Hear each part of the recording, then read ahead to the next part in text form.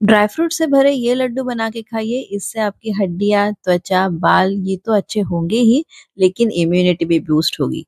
तो आज हम बनाएँगे गोंद के ऐसे लड्डू जो छोटे बच्चों से लेकर बड़ों तक हर कोई खा सकता है। और मैंने पिछले वीडियो में आपको गोंद ड्राई फ्रूट के ब लड्डू बताए थे, लेकिन उसमें बहुत सारे लोगों के ऐसे कमेंट आए कि उन्हें बड़े-बड़े ड्राई फ्रूट्स खाए नहीं जाते उनसे, क्योंकि उनकी कोई डेंटल ट्रीटमेंट हो चुकी होती है, या तो जिनका एज ज़्यादा हो चुका है वो नहीं खा पाते, तो उनके लिए ये वाले लड्डू सटीक है। और अगर आप फूड बिज़नेस करते हैं तब भी इन्हें बना के बेचिए, देखिए आपको बहुत सारे इसके ऑर्डर्स आने वाले हैं। तो सबसे पहले मैंने खसखस जो होती है उसको इस तरह से थोड़ा ड्राई रोस्ट कर लिया है, ज़्यादा वक़्त नहीं लगेगा, करीबन डेढ़ 2 मिनट लगता है इसमें। और फिर उसे हम एक अलग बाउल में निकाल के साइड में रख देंगे। फिर हम उसी कढ़ाई में ले लेंगे थोड़ा-सा घी। अब घी ऐसा है कि आपको जैसे ज़रूरत पड़ेगी वैसे आपको इस्तेमाल करना है। पूरी रेसिपी के लिए करीब-करीब 350 ग्राम वगैरह घी की आपको ज़रूरत पड़ेगी, थोड़ा कम-ज़्यादा लग सकता है। फिर उसमें मैंने डाल दिए हैं बादाम, और बादाम को हम अच्छे से इसमें भून लेंगे। फिर उसके बाद में उसके ऊपर डालेंगे काजू, और काजू को भी थोड़ा हल्का गोल्डन होने तक ही हमें भूनना है, मतलब फ्राई करना है इस तरह से। और उसके बाद में हम इसे निकाल लेंगे। अब जो बादाम है वो थोड़े से ग्राइंड होने में तकलीफ होती है, तो आप चाहे तो अलग से बादाम ग्राइंड कर सकते हैं और काजू को अलग से ग्राइंड कर सकते हैं। मैंने यहाँ पे एक साथ ही ग्राइंड किया है। ये निकाल के मैंने ठंडा होने के लिए साइड में रख दिया है। अब उसके बाद में उसी कढ़ाई में मैं ले रही हूँ थोड़ा और घी। अब घी मैंने जैसे आपको कहा कि जैसे हमें लगेगा वैसे हम लेंगे। उसमें हम गोंद जो है उसे अच्छे से फ्राई करने वाले हैं। अब देखिए गोंद का ना एक बहुत इम्पोर्टेंट टिप ये हो जाती है कि गोंद को अच्छे से फ्राई करना चाहिए। ये फूल जाता है, फूल के आप देख सकते हैं इसको मैं उलट-पलट के दोनों तरफ से ना एकदम अच्छे से फ्राई कर रही हूँ, जिससे गोंद ना चिपचिपा नहीं लगता दाँतों में। और जब गोंद अच्छे से फ्राई होता है तब लड्डू जो है वो बढ़िया बनते हैं। तो ये इम्पोर्टेंट टिप है, यहाँ पे आपको बिल्कुल घाई नहीं करनी है। अच्छे से गोंद को इस तरह से देखिए कितना फूल गया है, देखिए ये गोंद। उसको अच्छे से फ्राई करके फिर साइड में निकाल लेना है। इसको भी हम ठंडा करने के लिए रखेंगे, क्योंकि बाद में हमें इसे भी मिक्सी से निकालना है। तो इस तरह से मैंने सारा जो गोंद है वो बैचेज़ में, छोटे-छोटे बैचेज़ में अच्छे से फ्राई कर लिया। अब यहाँ पे जो घी है उसको मैंने थोड़ा-सा और बढ़ा दिया है। उसमें मैं डालूँगी आटा, ये है गेहूँ का आटा। अब मैंने आपको कप में और ग्राम्स में मेज़रमेंट दे दिया है, आपको डिस्क्रिप्शन बॉक्स में भी उसके मेज़रमेंट्स मिल जाएँगे। आप देख सकते हैं और स्क्रीन पर भी आपको सारे मेज़रमेंट्स मिल जाएँगे। अब मैंने यहाँ पे गेहूँ का आटा डाल दिया, थोड़ा डाल के मैंने पहले चला लिया है। अब मैं बाकी का आटा भी इसमें डाल दूँगी सारा, और इसे चला लूँगी। अब इसे भी हमें भूनना है, थोड़ा-थोड़ा घी डाल के, जैसे-जैसे ज़रूरत पड़ेगी ना, वैसे घी डाल के हमें आटे को भूनना है। आटा एकदम अच्छे से भुनना चाहिए, उसका रंग जो है वो बदल जाना चाहिए, और उसमें घी की मात्रा अच्छी खासी होनी चाहिए। आपका आटा जो है ना वो एंड में ऐसे ड्राई नहीं दिखना चाहिए। तो ये इम्पोर्टेंट चीज़ है कि आपको ये टिप याद रखनी है कि आटा हमारा ड्राई ना लगे, उतना तो आपको घी उसमें इस्तेमाल करना है। मैं आपको दिखाऊँगी आगे कि आटे का रंग बदलेगा और कैसा आटा दिखेगा। इसका मतलब है कि आपका आटा बराबर से हो गया है। देखिए अब यहाँ पे रंग भी बदला हुआ आपको दिखाई दे रहा है। फिर भी मैं थोड़ा घी डाल रही हूँ कि थोड़ा-सा आटा ड्राई लग रहा है ना, तो हम थोड़ा और घी डाल के इसे करीबन 1 आध मिनट के लिए और भूनेंगे, और फिर ये आटा जो है वो भून के रेडी हो जाएगा।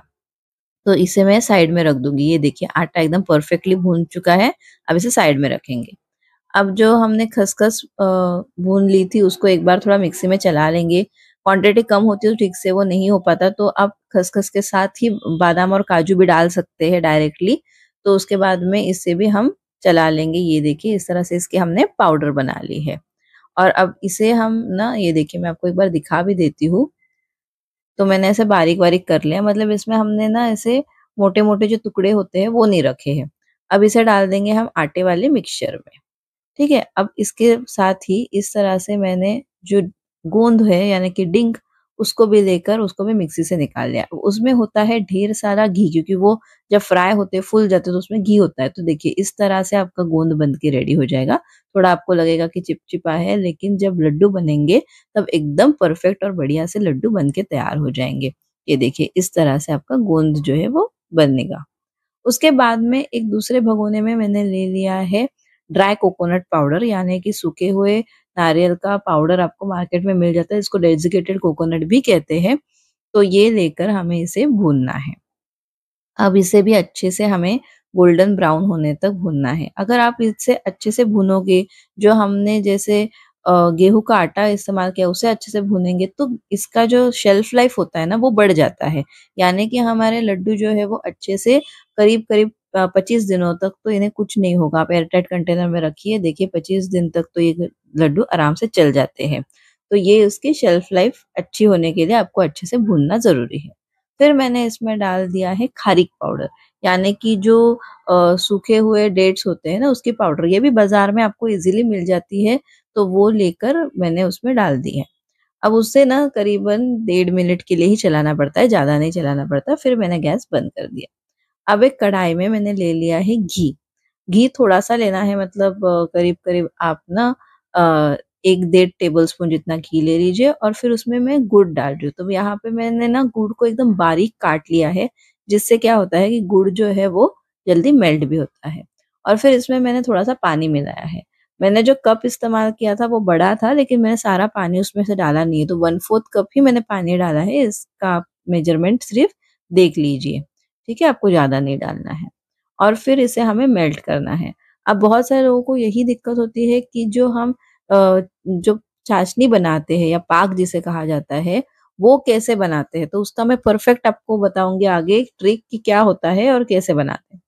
तब तक मैं इसमें डाल रही हूँ जायफल यानी कि नटमेग। तो करीब-करीब ना 3 टीस्पून जितना हमें इसमें डालना है। मैंने डायरेक्टली घिस के डाला है क्योंकि मुझे उसका अंदाज़ा है, और आप चाहे तो बाद में उसका ना देख सकते हैं, टेस्ट भी करके देख सकते हैं, या तो आपको ना खुशबू भी आएगी। उस पर से भी आपको समझ आएगा कि जायफल जो है वो सही सटीक तरीके से हमने डाला है या नहीं, या कम-ज़्यादा करना है, मतलब कम तो नहीं, ज़्यादा डालना है तो आप डाल सकते हैं। अब देखिए यहाँ पे गुड़ जो है पूरा मेल्ट हो चुका है और इसमें एक अच्छा उबाल आ चुका है। देखिए ये इस तरह से गुड़ में एक बढ़िया-सा उबाल आना चाहिए। वो उबाल आने के बाद में हमें तुरंत गैस बंद कर देना है और इसे डालना है हमारे ड्राई इंग्रीडिएंट्स पे, यानी कि हमने जो सारी चीज़ें भून के रखी है उन सब चीज़ों पे हमें इसे डालना है। हमने जब जायफल यानी नटमेग डाला था तो उसको उसके बाद में मिश्रण हमने एकदम अच्छे से मिक्स कर लिया था। वो बहुत ज़रूरी है, वरना आपकी चीज़ें कहीं पे जायफल कम ज़्यादा हो गया तो अच्छा नहीं लगेगा लड्डू, इसीलिए अच्छे से पहले भी मिक्स किया था, अब हमें फिर से अच्छे से मिक्स करना है। अब यहाँ आता है एक और सवाल कि इसे हमें कब जो है वो शेप देना है, यानी कब हमें इसके लड्डू बनाने हैं। बहुत सारे लोग इसे काफ़ी टाइम तक रख देते हैं, फिर ये ड्राई-ड्राई हो जाता है तो उनके लड्डू बनते ही नहीं हैं। तो ये देखिए थोड़ा-सा मैंने सेट होने के लिए रख दिया है, ठंडी का मौसम है, तुरंत मतलब करीबन मैं बोलूँ 10 मिनट में ही मेरा ये सेट हो गया। उसके बाद में लड्डू बनाने शुरू कर देने हैं। तो इसके अब हम लड्डू बनाएँगे। तो इस तरह से देखिए मैंने हाथ में ले लिया थोड़ा-सा उसमें से मिश्रण और उसको दबा-दबा के अच्छे से हमें लड्डू बनाने हैं। ये जो मिश्रण है ये अभी भी हल्का-सा गरम ही है। इसको पूरा ठंडा होने के लिए रख दोगे तो इसका फिर बहुत ही ज़्यादा ड्राई मिश्रण हो जाएगा। जो घी जो होता है ना इसमें वो भी सेट होने लगता है, तो उससे जो है फिर आपका लड्डू जो है वो ठीक से बनेगा नहीं। तो ये भी बहुत इम्पोर्टेंट टिप है आपके लिए। मतलब ये सब छोटी-छोटी टिप्स होती है, आप उसका इस्तेमाल करेंगे तो परफेक्ट आपके लड्डू बन के तैयार हो जाएँगे। और इसमें करीबन 1200 लड्डू बन के आपके 1200 ग्राम, मतलब 1200 ग्राम लड्डू आपके बन के तैयार हो जाएँगे, और आप अगर इसे बेचना चाहते हैं तो 800 से 900 रुपए किलो में बेच सकते हैं।